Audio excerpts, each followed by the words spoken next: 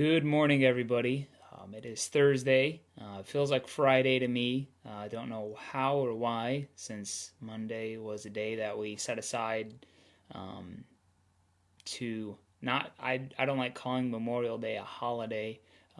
It's not really a day for celebration or festivity. It was supposed to be a day where we quietly, and just sort of reflect upon just the cost of everything. Um, I reached out to a couple of my veteran friends and just asked them their thoughts. Memorial Day is not Veterans Day. It's a day that you remember those who have died, and so I wanted to respect my friends who have lost people. Monday wasn't a festive day for me. All that to say, this week it already feels like Friday, even though it's Thursday. There's just been a lot going on a lot of different ways, and part of that is why today's psalm kind of hit me. It's Psalm 8, and it starts off with just saying, "O Lord, our Lord, how majestic is your name in all the earth." And it's kind of cool just translating through that. Just working through, and going like, "Oh yeah, I learned this verse, like the start of this verse growing up. Oh Lord, our Lord, how majestic is your name in all the earth." It's kind of cool. But then verse 2, out of the mouths of infants and children, you have established strength. And it's like, okay, people quote that a lot. But then reading on, it really got me. Verse 8, "What is man that you are mindful of him, and the son of man that you care for him?" And then it says, "You have made him a little lower than the heavenly beings, and crowned him with glory and honor. You have given him dominion over the works of your hands, and you have put all things under his feet." Just thinking of that, and how I know Jesus uses this psalm messianically to point to him. And a lot of people, when they read Psalm 8, they want to instantly jump to Jesus because Jesus used it in the description of himself. But I want to just put a little bit of pause. When this psalm was written, this was an honest, genuine reflection about who is a human, who are men and women that you should care about us. Because when you look around, the psalmist says, you look at the heavens and you just see this intense, powerful, wonderful thing. Yet, Scripture declares that the most beautiful of all creations, the most intricate, the most wonderful, are human beings bearing the image of God. Human beings designed to have glory, honor, and dominion in this world. And I just want to point out something here.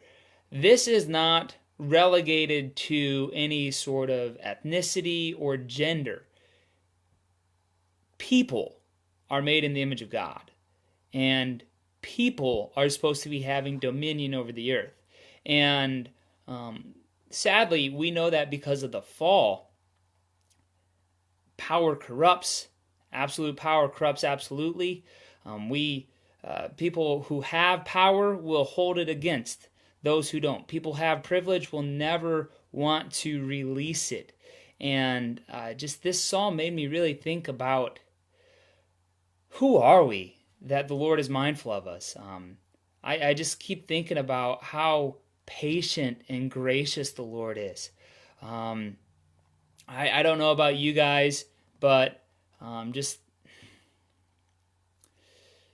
I don't know how to answer a lot of questions. I don't know how to think through a lot of things. I don't know how to process. I look around in this country of ours, and I see a lot of brokenness. I see a lot of just sad, unfortunate apathy towards people who are in economic, social, emotional, other kinds of despair. I know that I was kind of brought up with a way of thinking that if someone mentions that they have an emotional problem or if they have a relational issue, that you just kind of say, well, that's your problem, that's your issue. Um, I was kind of not intentionally, but brought up with the idea that racism is just extreme hate and the KKK, and didn't really think about how bridging social and cultural divides, and how I always grew up thinking that my way of thinking and my way of life was right, and therefore other people were not right. And if someone's not right in my way of just living, that meant that, well, they were less. We want the right and the correct people to be on top and making all the choices and getting everything. And it's just so crazy. It's just so crazy. Friends, we are bombarded by the reality that we live in a broken world. We have everything from individual sinfulness to corporate sinfulness. And I just, when I read this, it's crazy. The fact that David understood this stuff too. Whenever David wrote this, he experienced oppression from a king, and he was the guy who saw battle, and a guy who's just experienced things that a lot of us can never, ever, ever even try to imagine. And he said, yet, Lord, when I look all around, I get overwhelmed. And he says, what is man that you are mindful of him?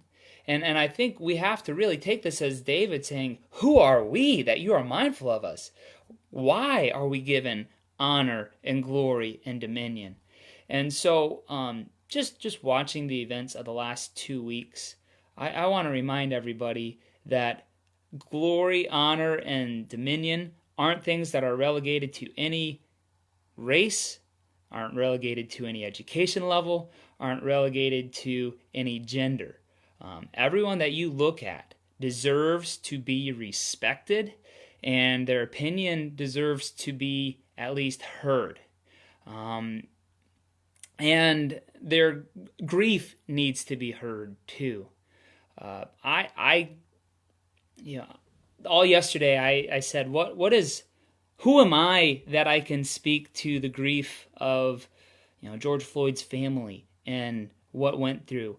I can't imagine if my dad or one of my brothers or if my wife or one of my kids was killed by someone, and it was on camera that the cause, the moments leading up to the death, and everyone in the world had access to it. I just think about that. His family, they're supposed to be grieving right now, and how can they? And it's interesting. I read something that he was actually that young man, not young man, that man was in Minneapolis because he was making disciples. He was spreading Jesus, and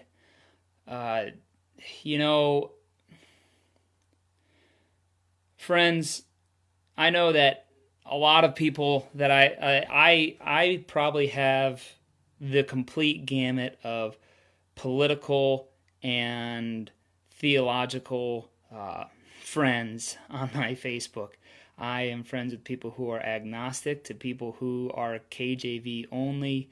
I am friends with people who are just outright proponents of constitutionalism, to people who would probably advocate to monarchy, to people who would advocate, socialism or communism or whatever other ism you want, tribalism, whatever. I have friends who are libertarian, friends who are Republican, friends who are Democrat, friends who are Green Party. And I want us all to just pull back and think, you know, how are we as Christians reflecting on what's going around us? Because you and I, we were created by God to bear His image in this world by having dominion over, just the next verses, over the animals and over creation. And we're created to have this awesome glory and honor because we represent the eternal Creator God. And we have to fight the things that cause us to not see God's glory and honor in someone else.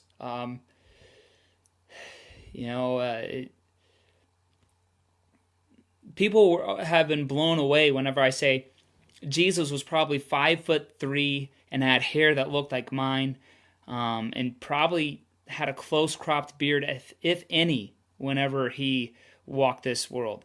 And he definitely was 5-6 shades darker than I was.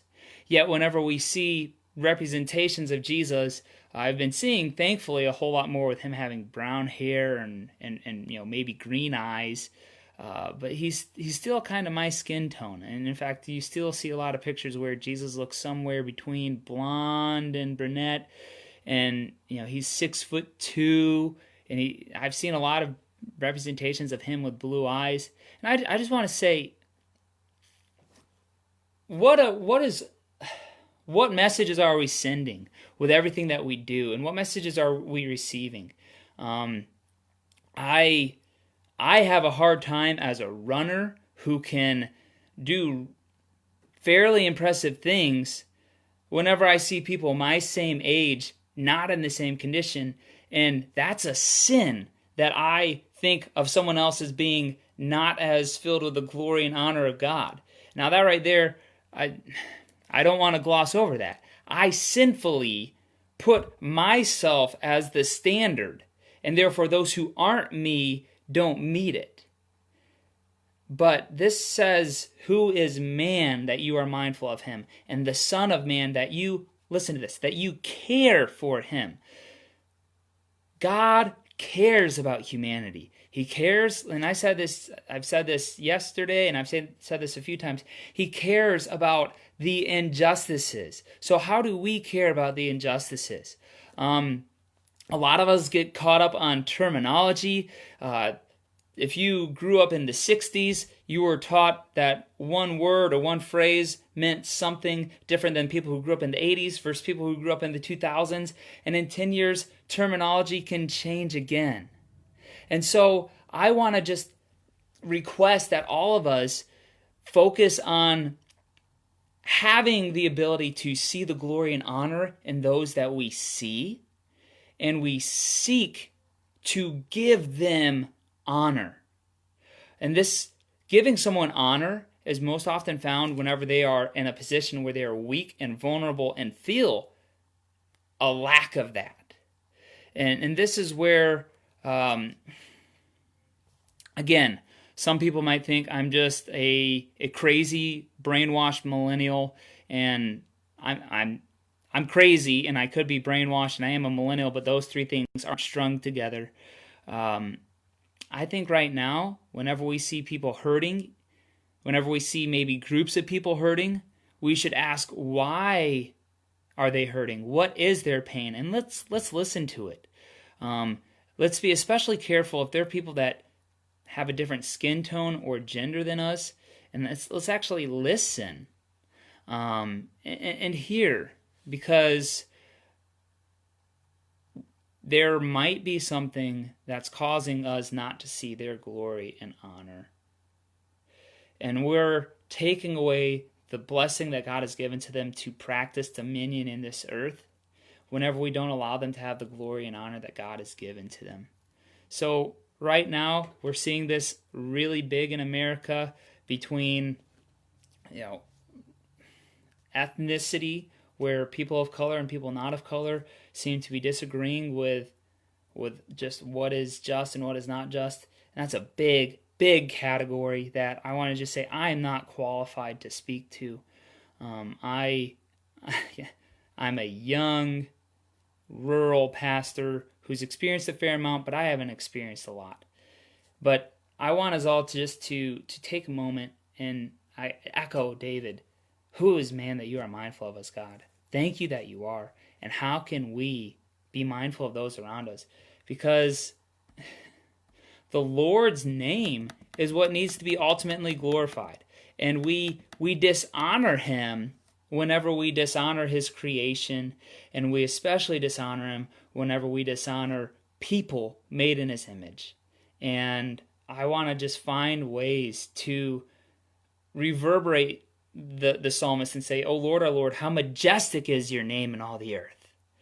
There's nothing more majestic in this earth created by God than humans bearing his image. And so let's make sure that we honor that. I love you all. I don't want you to think that I'm pontificating and that I think that I'm the source of wisdom or that I have it all together. I don't.